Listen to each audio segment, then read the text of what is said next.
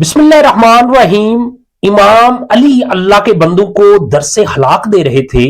इतने में आप फरमाने लगे, ए लोगों, अपनी जिंदगी से मुसीबतों को खत्म करना चाहते हो और अल्लाह का खास करम जिंदगी में शामिल करना चाहते हो तो ये एक सदका हर रोज निकाला करो। किसी ने गर्ज की, या अली, कौन सा सदका? इमाम अली अलैहिस्सलाम ने फरमाया, मुआफ करने का सदका।